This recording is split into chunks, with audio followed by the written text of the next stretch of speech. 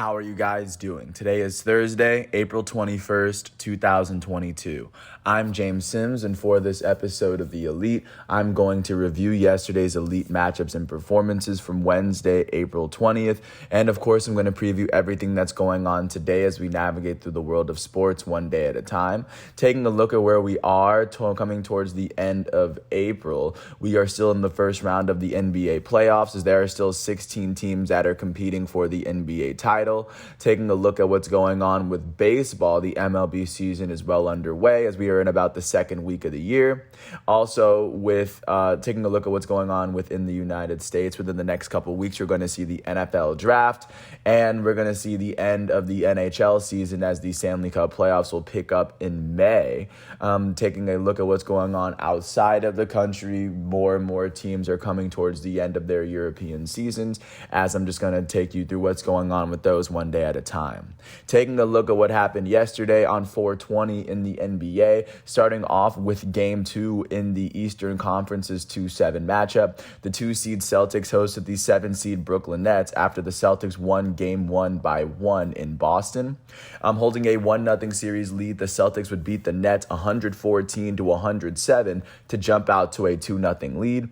They won this game by 7 after they outscored the Nets by 12 in the fourth quarter, by 17 in the second half after they were trailing by 10 at the half. On the losing end of this matchup, the 7-seed Brooklyn Nets were led in scoring by their goated starting power forward out of Texas, Kevin Durant. He finished with 27 points, 4 rebounds, 5 assists, and 6 turnovers in 42 minutes. The former NBA scoring champ shot 4 for 17 from the field, 1 for 2 from 3, and 18 for 20 from the free throw line. The Nets starting small forward, Bruce Brown out of Miami, finished with 23 points, 8 rebounds, and 2 blocks in 38 minutes. Brown shot 8 for 12 from the field, 3 for 4 from 3, and he made all 4 of his free throws. The Nets point guard off the bench, Goran Dragic, finished with 18 points in 20 minutes. Their starting shooting guard out of Duke, Seth Curry, finished with 16 points in 31 minutes. Their elite starting point guard out of Duke, Kyrie Irving, finished with 10 points and 8 rebounds in 40 minutes. Kyrie shot 4 for 13 from the field, and he would make both of his free throws on the night. On the winning end of this matchup, in front of their hometown fans, the second-seed Boston Celtics were led in scoring by their starting shooting guard, Jaylen Brown. He finished with 22 points and 6 assists alongside 3 steals in 39 minutes. He shot 9 for 18 from the field, and he would go on to make 2 of his 3 free throws on the night. Their elite starting small forward out of Duke, Jason Tatum, finished with 19 points, 6 rebounds, and 10 assists in 41 minutes. Jason Tatum shot 5 for 16 from the field, 2 for 5 from 3, and he shot 7 for 8 from the free throw line. The Celtics power forward off the bench, former SEC Player of the Year, Grant Williams, finished with 17 points, 6 rebounds, and 2 blocks in 32 minutes. Their starting center out of Florida, Al Horford, finished with 16 points, 6 rebounds, and 2 steals as he fouled out in 32 minutes. Their other starting center, Daniel Theis, finished with 15 points and 6 rebounds in 31 minutes. Their starting guard, Marcus Smart, finished with 12 points and 5 assists in 36 minutes. And then their point guard off the bench, Peyton Pritchard out of Oregon, finished with 10 points in 16 minutes. With this win, the second-seed Boston Celtics now hold a 2-0 series lead over the Brooklyn Nets. They are 2 wins away from making it into the second round of this matchup, where they face off against the winner between the Bulls and the Bucks. And of course, the Nets have to win 4 of the next 5 games if they need to make it through. But that is where both of these teams are sitting.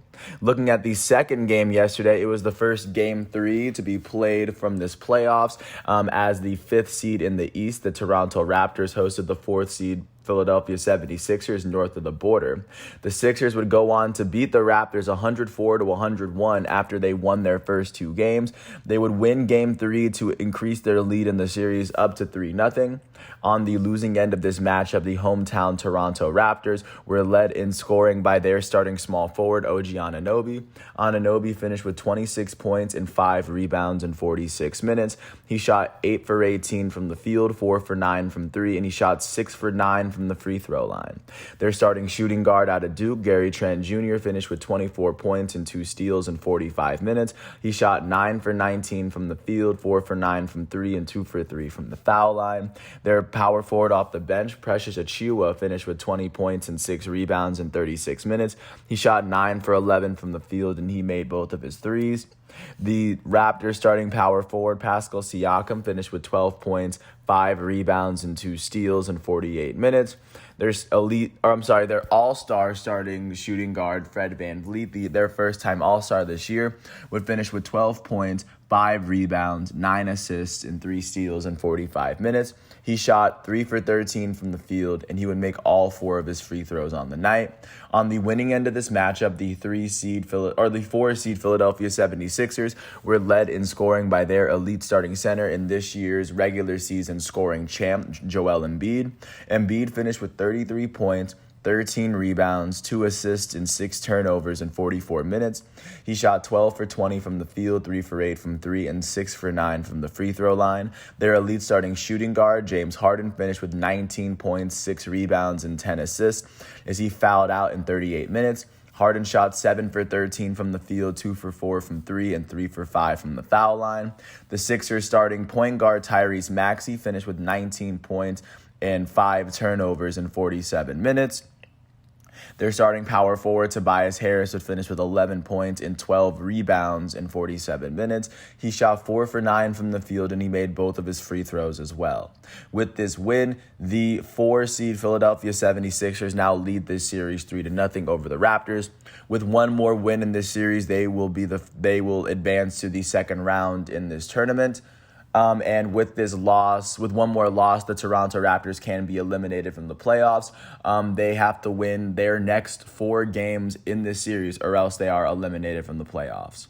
And taking a look at what's happening in Milwaukee, the defending champs, who are holding the 3rd seed, hosted the 6th seed Chicago Bulls after the Milwaukee Bucks won the first game of this series by 7. In Game 2, the Bulls would beat the Bucks 114-110. They won it by 4 points in order to even up the series at 1.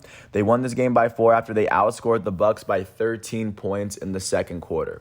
On the losing end of this matchup, the hometown defending champ Milwaukee Bucks were led in scoring by their elite starting power forward, last year's NBA Finals MVP, Giannis Antetokounmpo. He finished with 33 points, 18 rebounds, 9 assists, and 2 blocks in 40 minutes.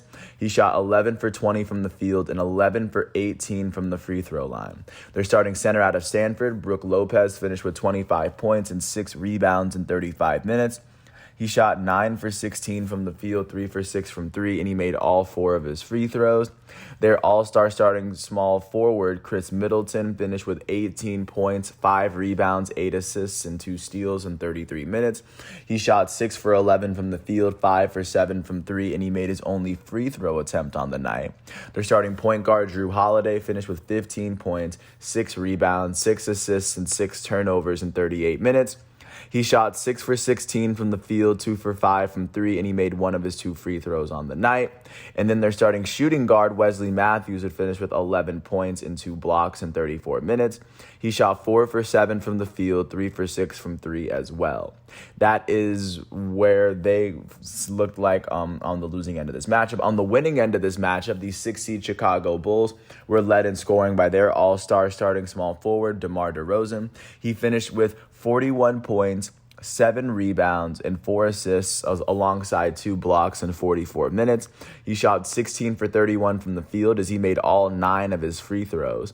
The Bulls starting center, Nikola Vucevic, finished with 24 points and 13 rebounds in 36 minutes. He shot 10 for 18 from the field and 4 for 8 from 3. Their all-star starting shooting guard, Zach LaVine, would finish with 20 points in 43 minutes alongside 3 assists. He shot 7 for 13 from the field, 3 for 4 from 3, and 3 for 4 from the foul line. Their starting power forward, Patrick Williams, would finish with 10 points and 9 rebounds in 32 minutes. With this win, the 6-seed Chicago Bulls have evened the series up at 1 as they have forced a Game 5. The winner are both the Bulls and the Bucks will have to win 3 games in order to make it into the second round of this tournament. Games 3 and 4 will be played in Chicago. Game 3 is going to be played tomorrow on ABC. And that is what the NBA is looking like following these three matchups. Today is Thursday, so taking a look at what's going on today, the very first matchup is going to be at 7:30 on TNT. This will be the 2-7 matchup in the West as the 7-seed Minnesota Timberwolves host the 2-seed Memphis Grizzlies. This is for going into Game 3. The series is tied up at 1 after the Timberwolves won the first game by 13. The Grizzlies went on to win the second game by 28. Both of those games were in Memphis. Games 3 and 4 are going to be in Minneapolis. Taking a look at the second game that's happening today on NBA TV, the 4-seed in the West, or the 5-seed in the Western Conference, Utah Jazz are going to host the 4-seed Dallas Mavericks. The first two games of the series were played in Dallas. As they would play without Luka Doncic, the Jazz would beat the Mavericks by 6 in Game 1, and then the Mavericks went on to beat the Jazz by 6 in Game 2. So of course, this is looking like a very even, or so far it's a very even series at this point. From this point is now a best-of-5 series for both of these teams. And then, of course, looking at the third and final matchup of the day today, it will be Game 3 in the Western Conference's 3-6 matchup as the 6-seed Denver Nuggets are going to host the 3-seed Golden State Warriors. The Warriors currently lead this series 2-0 after beating the Nuggets by 16 in Game 1, and they also went on to beat the Nuggets by 20 in Game 2 to put themselves up. The Warriors are 2 wins away from making it to the second round, whereas the Nuggets have to win 4 of their next 5 in order to make it through. But it's still very possible. That is what the NBA is looking like following yesterday's matchups. Taking a look at what's going on in the MLB. Starting off in Milwaukee, the Milwaukee Brewers would go on to host the Pittsburgh Pirates. They would go on to beat the Pirates in this matchup 4-2, as they would go on to score 3 of their 4 runs in the 7th inning, thanks to a 3-run home run from Keston Hiura. On the losing end of this matchup, the Pittsburgh Pirates were led out by their starting pitcher, Mitch Keller. Keller would go on to allow 1 earned run off of 4 hits in 5.1 innings pitched. He would strike out 7 before getting pulled in the 6th inning. With this loss, Keller is 0-3.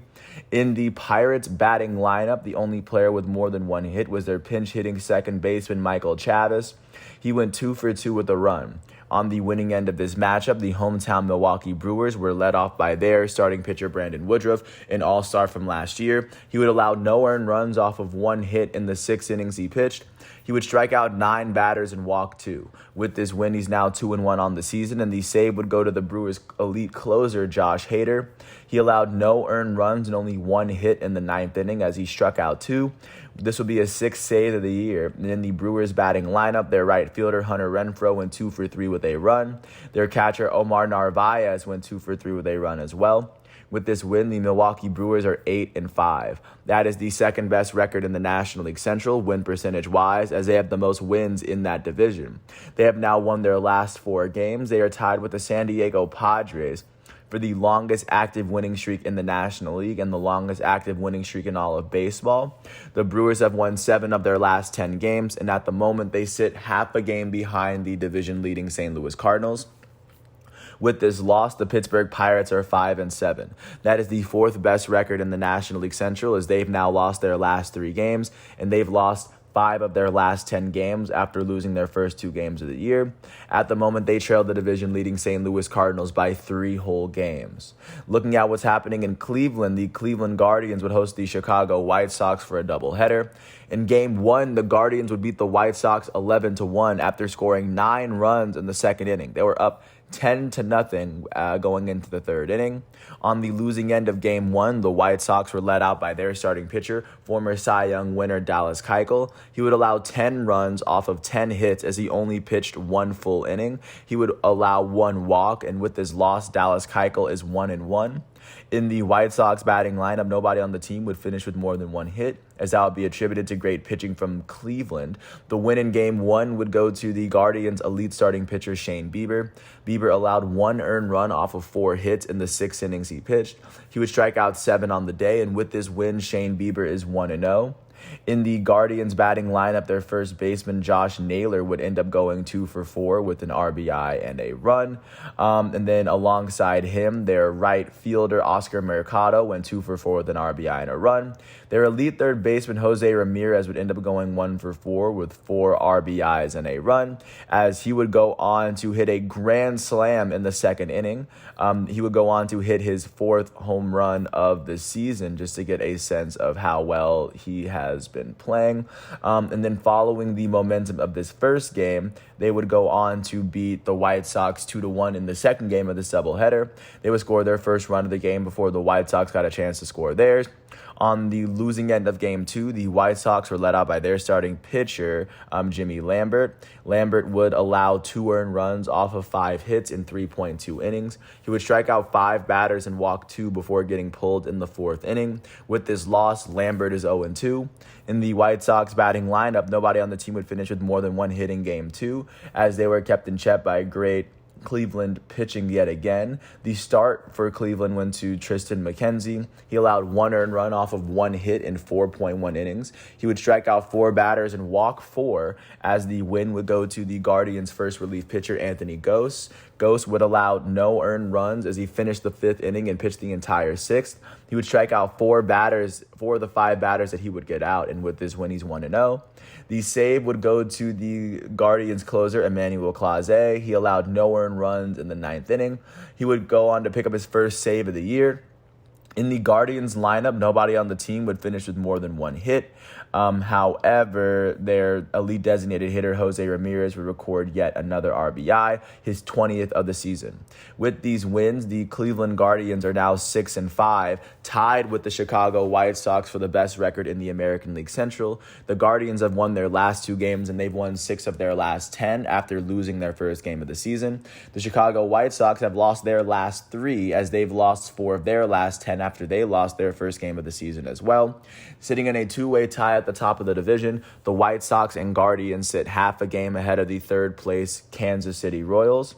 Taking a look at what happened in Denver, the Colorado Rockies hosted the Philadelphia Phillies.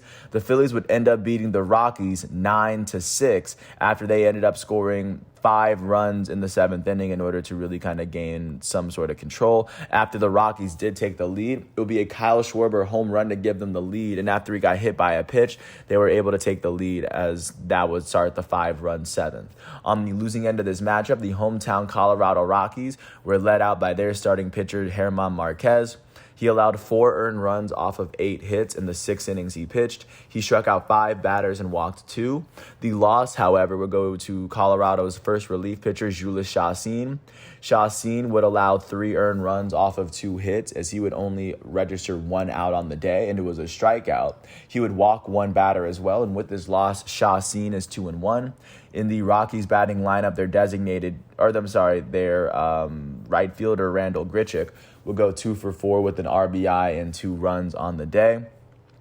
Their first baseman, CJ Cron, went 2 for 5 with 2 RBIs and a run as well. Their third baseman, Ryan McMahon, would go 2 for 5 with 3 RBIs. The Rockies shortstop in this particular matchup, Alan Trejo, would end up going 2 for 4. Also, Colorado's catcher in this matchup, Dom Nunez, will go 2 for 2 with a run. On the winning end of this matchup, the Philadelphia Phillies were led out by their starting pitcher, Zach Eflin. Eflin allowed 4 earned runs off of 9 hits in 5.2 innings. He would strike out 5 batters. The win would go to the Phillies' first relief pitcher, Brad Hand, who would finish the 6th inning, and he would register a strikeout and a walk. With this win, he's now 1-0. The save would go to the Phillies' closer, Corey Knebel. Knebel allowed no earned runs in the 9th inning as he struck out a batter.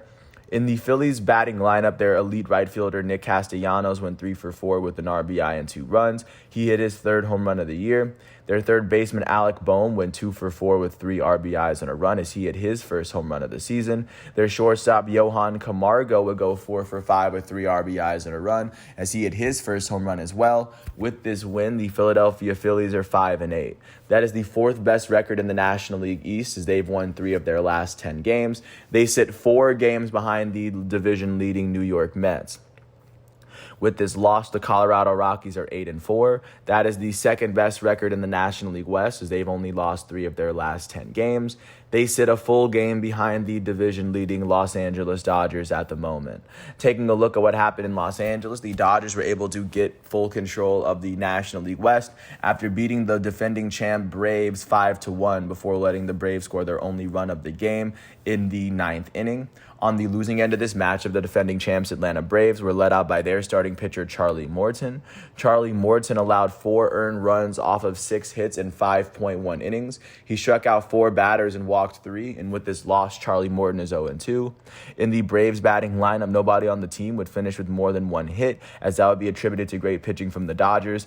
The win for the Dodgers went to their starting pitcher Tony Gonsolin. He allowed no earned runs off of 1 hit in the 6 innings that he pitched.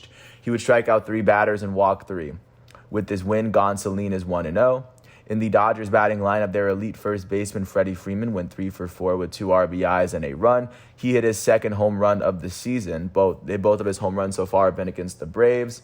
Their elite center fielder Cody Bellinger went 2 for 4 with an RBI. With this win, the Los Angeles Dodgers are 9-3. That is the best record in the National League West. Win percentage-wise, that is the best record in the entire National League. And right now, the Dodgers are sporting the best record in baseball. They've won 8 of their last 10 games. They sit a game ahead of the Rockies and the Giants, who are tied for second place. They also sit 1 game ahead of the 4th place San Diego Padres, who have the same amount of wins as they do, but the Padres just have 2 more losses. But that is where the Dodgers are sitting. With this loss, the defending champs Atlanta Braves are now 6-8. They are tied with the Washington Nationals for the second best record in the National League East. The Braves have lost 6 of their last 10 games. At the moment, they trail the division-leading New York Mets by 3.5 games in the division. Jumping out to San Diego, which is not that far away, the Padres would host the Reds. The Reds are the coldest team in baseball after the Padres would force the Reds into their 9th straight loss, and they would shut them out 6-0. On the losing end of this matchup, the Cincinnati Reds were led out by their starting pitcher Vladimir Gutierrez. Gutierrez would allow 3 earned runs off of 2 hits in the 4.2 innings he pitched. He would strike out 2 batters and walk 4, and with this loss, he's 0-3. In the Reds batting lineup, their third baseman Colin Moran would end up going 2 for 3. On the winning end of this matchup, the hometown San Diego Padres were led out by their starting pitcher Mackenzie Gore. He allowed no earned runs off of 4 hits in the 5 innings he pitched. He would strike out 7 batters and walk 2. With this win, he's now 1-0. In the Padres batting lineup, their left fielder Jurickson Profar went 2 for 4 with 2 RBIs and 2 runs. He hit his 4th home run of the season. With this win, the San Diego Padres are 9-5. That is the 4th best record in the National League West, as they've now won their last 4 games. They are tied with the Milwaukee Brewers for the longest active winning streak in all of baseball. The Padres have won 6 of their last 10 games. They sit a full game behind the division-leading Los Angeles Dodgers at the moment. With this loss, the Cincinnati Reds are now 2-11. That is the worst record in the MLB, as they're the only team sporting a double-digit amount of losses. They've lost their last 9 games, which is also the longest active losing streak in baseball. At the moment, they are sitting 6.5 games behind the division-leading St. Louis Cardinals. Taking a look at what's happening in Oakland, the Oakland Athletics went on to host the Baltimore Orioles. The Orioles went on to beat the A's 1-0 after scoring their lone run of the game off of a Kelvin Gutierrez fielding error, or after Kelvin Gutierrez reached on a fielding error that would bring Ryan McKenna home. On the losing end of this matchup, the hometown Oakland A's were led out by their starting pitcher. Dalton Jeffries would go on to allow 1 run off of 3 hits in the 6 innings he pitched. He would strike out 5 batters on the day, and with this loss, he's 0-2. In the Athletics batting lineup, their second baseman, Tony Kemp, went 2 for 3. Their third baseman in this matchup, Sheldon Neuse, would end up going 2 for 4. On the winning end of this matchup, the Baltimore Orioles were led out by their starting pitcher, Jordan Lyles. Lyles allowed no earned runs off of 5 hits in the 5 innings he pitched. He would strike out 6 batters and walk 1. With this win, Jordan Lyles is 1-1. The save went to the Orioles closer, Jorge Lopez. He allowed no earned runs as he finished off the 8th inning and pitched the entire 9th. He was able to register 3 strikeouts in that span. This would be his second save of the year. In the Orioles batting lineup, their left fielder, Anthony Santander, went 2 for 4. He was the only player with more than one hit. With this win, the Baltimore Orioles are 4-8. That is the worst record in the American League East, as they've won 4 of their last 10 after losing their first 2 games of the season. They are currently trailing the New York Yankees and the Toronto Blue Jays within their own division. They are tied with the Minnesota Twins for the second worst record in the American League, as the Texas Rangers are the only team with a worse record in the American League than the Baltimore Orioles. With this loss, the Oakland Athletics are 7-6. That is the third best record in the American League West. They've lost 4 of their last 10 games. They trail the division-leading Los Angeles Angels by a full game at the moment. Taking a look at what happened in Wrigley, the Chicago Cubs would host the Tampa Bay Rays. The Rays would end up beating the Cubs 8-2 in 6 innings after scoring 5 runs in the first 2. On the losing end of this matchup, the hometown Cubs were led out by their starting pitcher, Marcus Stroman. He allowed 8 runs off of 8 hits in 4.1 innings. He would strike out 7 batters and walk 2. With this loss, Marcus Stroman is 0-2 on the year. In the Cubs batting lineup, nobody on the team would finish with more than 1 hit, as the win would be attributed as of course it would be attributed to great pitching from the Rays. The Rays' starting pitcher for the day was Drew Rasmussen. He allowed 2 earned runs off of 4 hits in the 3 innings that he pitched, as he struck out 4 and then walked 2. The win for the Rays was their first and only relief pitcher on the day, Jalen Beeks. He allowed no earned runs as he pitched 2 full innings. He would strike out 2 batters and walk 1. With this win, he's now 1-0. In the Rays batting lineup, their left fielder, Josh Lowe, would end up going 2 for 3 with an RBI and a run. Their catcher, Francisco Mejia, went 2 for 3 with 3 RBIs and 2 runs. He hit his second home run of the season. And then their third baseman, Taylor Walls, would end up going 2 for 3. With this win, the Tampa Bay Rays are 7-6. They are holding the third best record in the American League East, as they sit half a game behind the New York Yankees and the Toronto Blue Jays. And of course, with this loss, the Chicago Cubs are now 6-6. That is the third best record in the National League Central, as they've lost their last 2 games and they've lost 6 of their last 10 after winning their first 2 games of the year. They are trailing the division-leading St. Louis Cardinals by 2 whole games in the table, or in the schedule, or in the standings at the moment. Taking a look at what happened in Houston, the defending American League champs Houston Astros hosted the Los Angeles Angels. The Angels would beat the Astros 6-0, shutting them out after scoring all 6 of their runs in the very first inning, 2 of them off walks. One of them off of a single, one of them off of a fielding error, and then, of course, 2 of them off of a double. On the losing end of this matchup, the hometown Houston Astros were led out by their starting pitcher, Jake Odorizzi. Odorizzi would allow 6 runs off of 2 hits in .2 innings pitched. He would strike out 2 batters and walk 4, and with this loss, Odorizzi is 0-2. In the Astros batting lineup, nobody on the team had more than 1 hit. The only player that would register a hit was the Astros catcher in this matchup, Jason Castro. On the winning end of this matchup, the Angels were led out by their elite starting pitcher, Shohei Ohtani. Last year's American League MVP would allow no earned runs and only 1 hit in the 6 innings he pitched. He would strike out 12 batters and walk 1. With this win, Shohei Ohtani is 1-2 on the Angels season. In the A's batting lineup, their elite designated hitter and pitcher, Shohei Ohtani, would go 2 for 4 with 2 RBIs and a run as he hit his 3rd double of the year. Their center fielder, Brandon Marsh, would end up going 2 for 2 with an RBI and a run. With this win, the Los Angeles Angels are 8-5. That is the best record in the American League West. They've won their last 2 games, and they've won 7 of their last 10. They are currently holding the best record in the American League, record-wise, as they looking at where they would sit in the National League. They would be the 5th best team in the National League. They would be the 4th best. They would be the 3rd best team in the National League, or they'd be tied for the 2nd best record in the National League Central, and they'd hold the 2nd best record in the National League East. But just to get a sense of where they are, they've won their last 2 games. They've won 7 of their last 10. The Angels sit half a game ahead of the 2nd place Seattle Mariners in their division. With this loss, the Houston Astros are now 6-6. The reigning AL West champs have now lost their last 2 games, and they've lost 6 of their last 10. They are sitting a game and a half behind the division-leading Los Angeles Angels at the moment. Jumping out to Miami, the Miami Marlins hosted the St. Louis Cardinals. The Cardinals would end up beating the Marlins 2-0 as both of their runs came in the ninth inning off of a 2-run home run from Nolan Arenado. On the losing end of this matchup, the hometown Miami Marlins were led off by their starting pitcher, Sandy Alcantara. Alcantara allowed no earned runs off of 4 hits in the 8 innings he pitched. He would strike out 6 batters and walk 1. The loss for this Marlins team will go to their closer, Anthony Bender. He allowed 2 earned runs off of 1 hit in the 9th inning. He would strike out 2 batters and walk 1, and with this loss, Bender is 0-2. No one on the Marlins batting lineup would finish with more than 1 hit, as that would be attributed to great pitching from St. Louis. The win on the St. Louis side on the St. Louis side of this, they were led out by their starting pitcher, Miles Mikolas. Mikolas allowed no earned runs off of 4 hits as he pitched 5 innings and would record 5 strikeouts.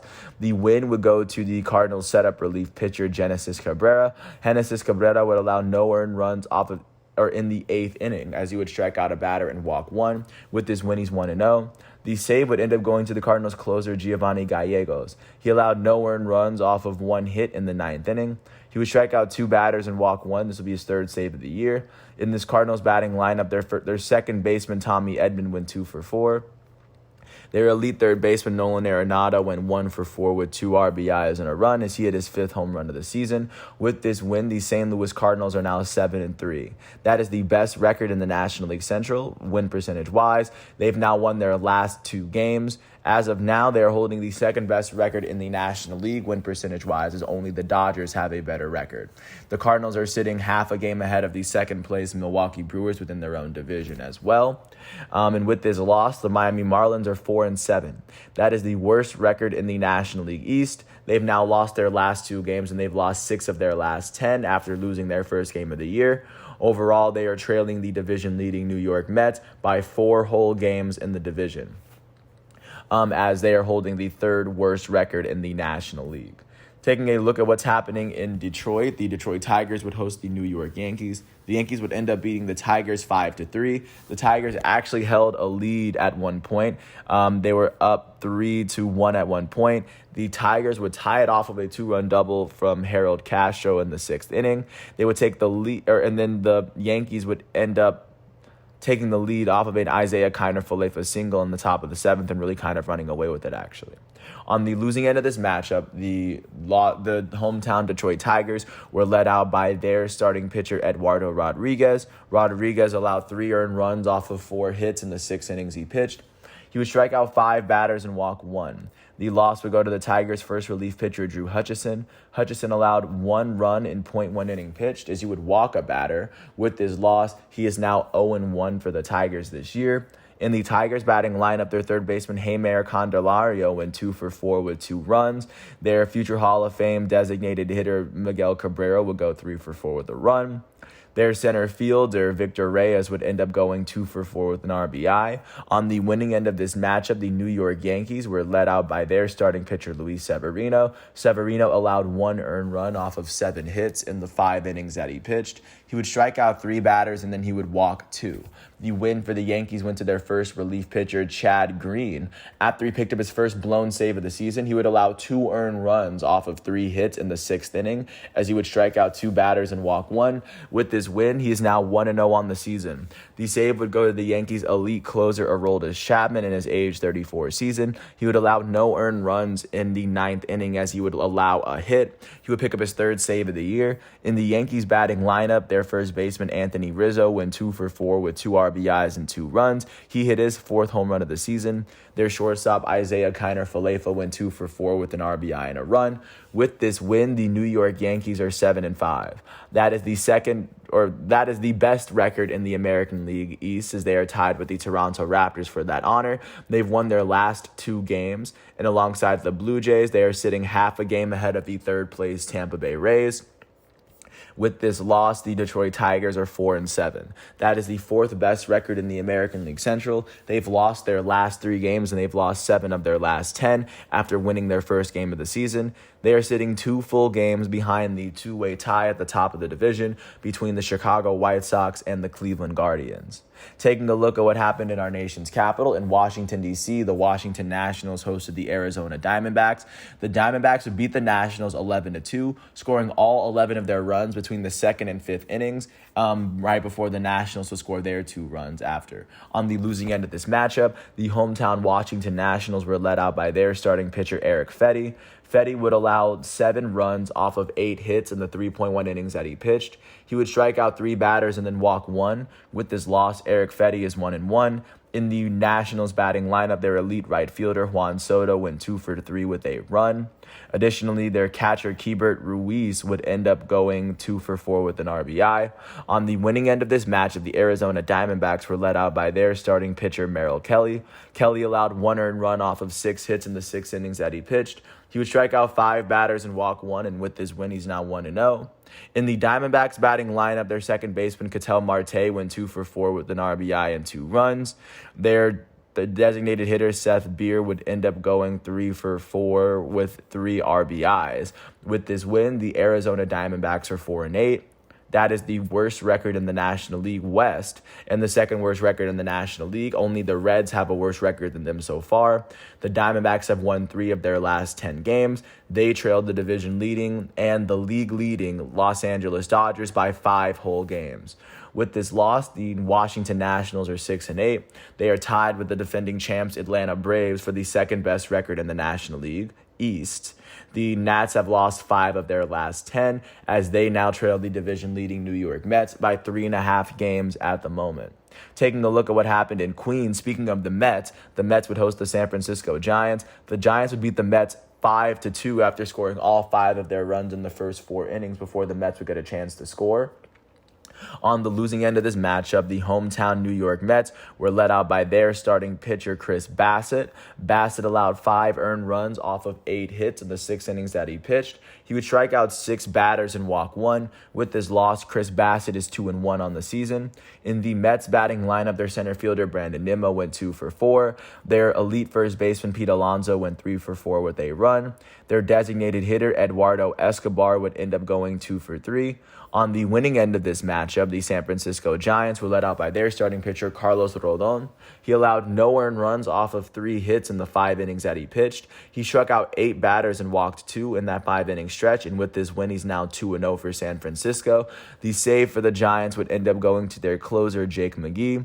McGee would allow no earned runs in the 9th inning as he would strike out a batter and then walk 1. He would pick up his second save of the year. In the Giants batting lineup, their right fielder, Mike Yastrzemski, would go 2 for 4 with an RBI and a run. Their left fielder, Jock Peterson, went 2 for 4 with an RBI and a run as well. With this win, the San Francisco Giants are 8-4. That they are tied with the Colorado Rockies for the second best record in the National League West, win percentage-wise. The Giants have won 7 of their last 10, and alongside the Rockies and the Padres, they sit 1 full game behind the division-leading Los Angeles Dodgers. With this loss, the New York Mets are 9-4. That is the best record in the National League East, and the second best record in the National League record-wise or the third best record in the National League record-wise to the LA Dodgers and the St. Louis Cardinals. The Mets have lost 4 of their last 10 games after winning their first 3 games of the season. They are sitting 3.5 games ahead of the Atlanta Braves, the defending World Series champs, and the Washington Nationals at the moment. Taking a look at what happened not that far away in Fenway, the Boston Red Sox would host the Toronto Blue Jays. The Blue Jays ended up beating the Red Sox 6-1. The Red Sox scored the first run of the game, but the Blue Jays would score 5 runs in the second inning to basically take control of the game. On the losing end of this matchup, the hometown Boston Red Sox were led out by their starting pitcher, Nick Pivetta. He allowed 5 earned runs off of 7 hits in the 4 innings that he pitched. He would strike out 4 batters and walk 4, and with this loss, he's 0-3. In the Red Sox batting lineup, their elite designated hitter, J.D. Martinez, went 2 for 2 with an RBI. Their elite shortstop, Xander Bogaerts, went 2 for 4. And then their right fielder, Jackie Bradley Jr., went 2 for 4. On the winning end of this matchup, the Toronto Blue Jays were led off by their starting pitcher, Jose Barrios. He allowed 1 earned run off of the 8 hits he allowed. They would also pitch 6 innings in this game. He would strike out 6 batters and walk 1 in that 6-inning stretch as he would pick up his first win of the season. He's now 1-0. In the Blue Jays batting lineup, their left fielder, Lourdes Gurriel Jr. went 2 for 5 with a run, and then their catcher, Alejandro Kirk, would go 2 for 3 with a run. With this win, the Toronto Blue Jays are 7-5. They are tied with the New York Yankees for the best record in the American League East. They've won 5 of their last 10 games after winning their first 2 games of the season. Alongside the Yankees, they sit half a game ahead of the third place Tampa Bay Rays. And with this loss, the Boston Red Sox are now 6-6. That is the 4th best record in the American League East. They've lost 4 of their last 10 games after losing their first 2 games of the season.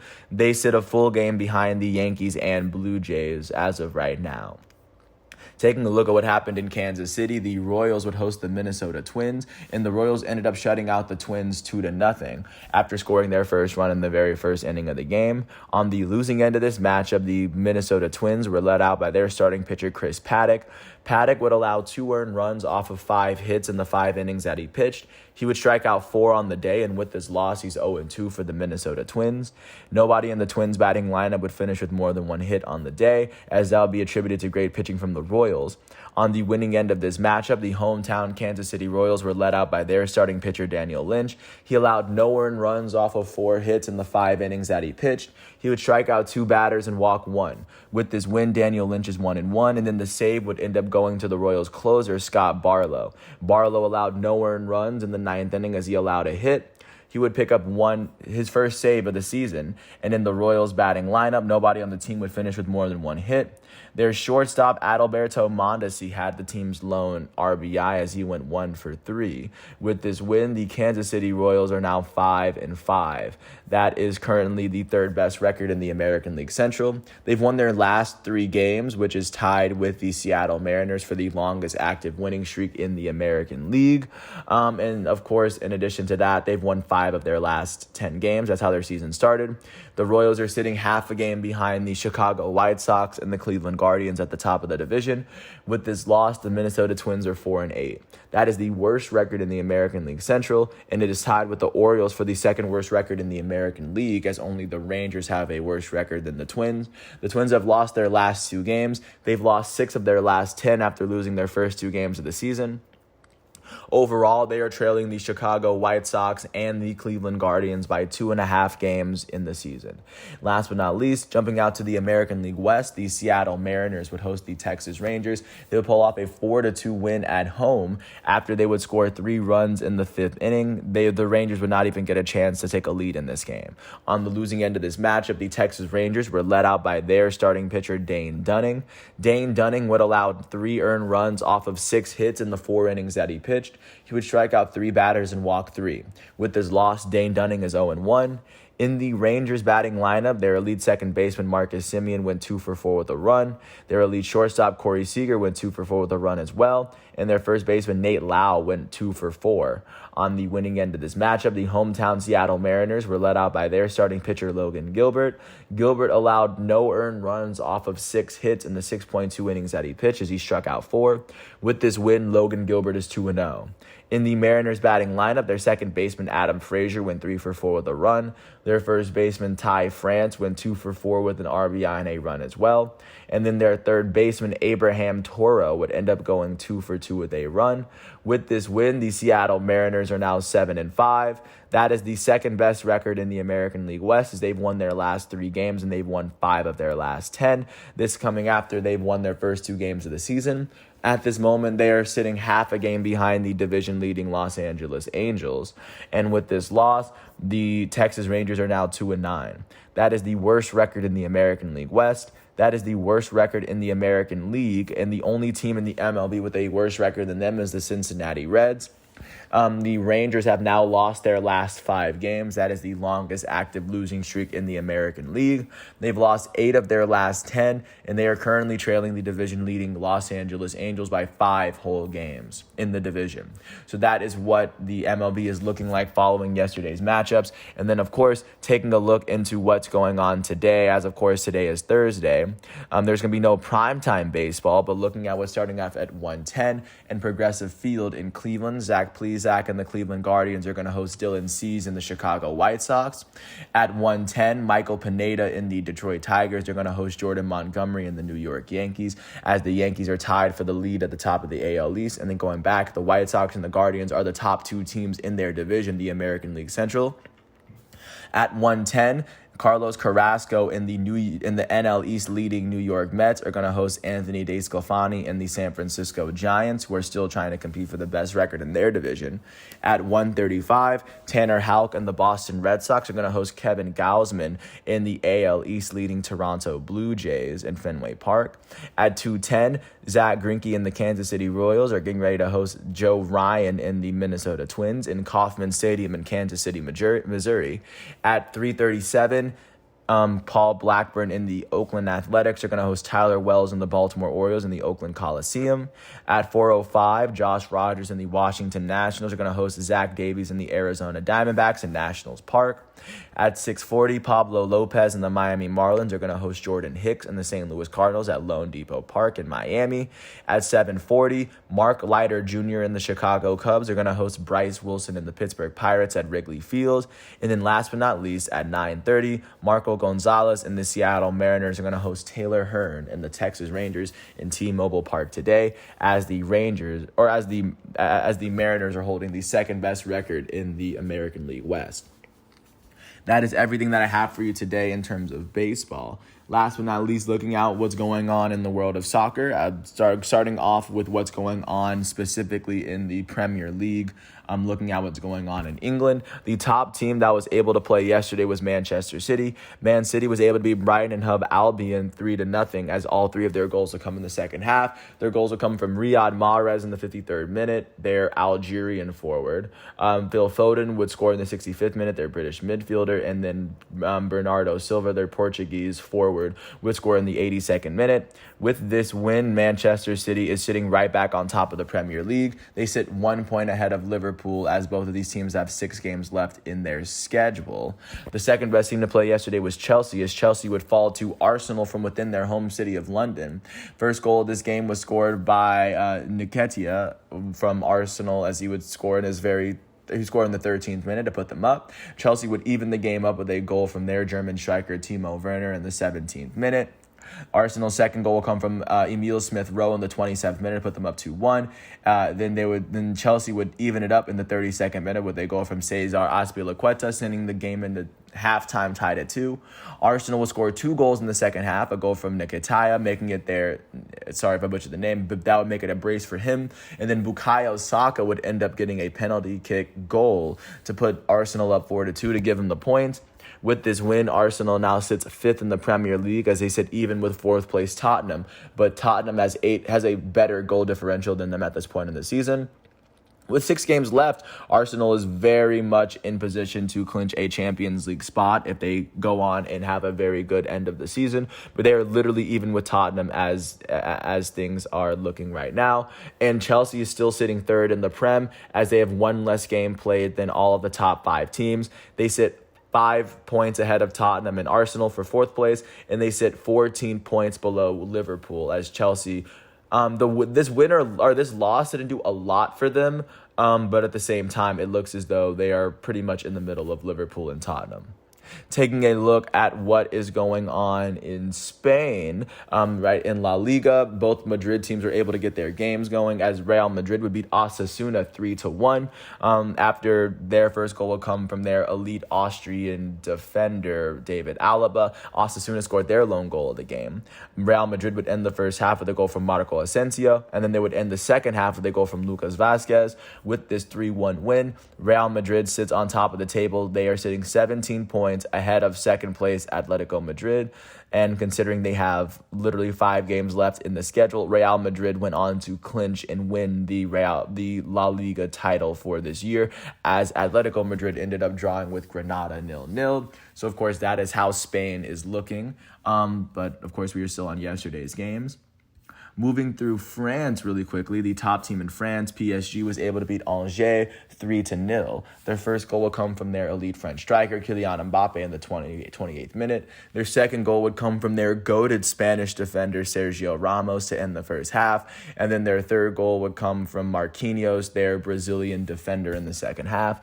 With this win, PSG is now sitting 15 points clear of second place with 5 games left in their schedule. If PSG had won if they haven't won the Liga by now, they're of course going to win it with the very next game that they play, as it looks as though that they have it in hand. Very big, very impressive win that they definitely needed.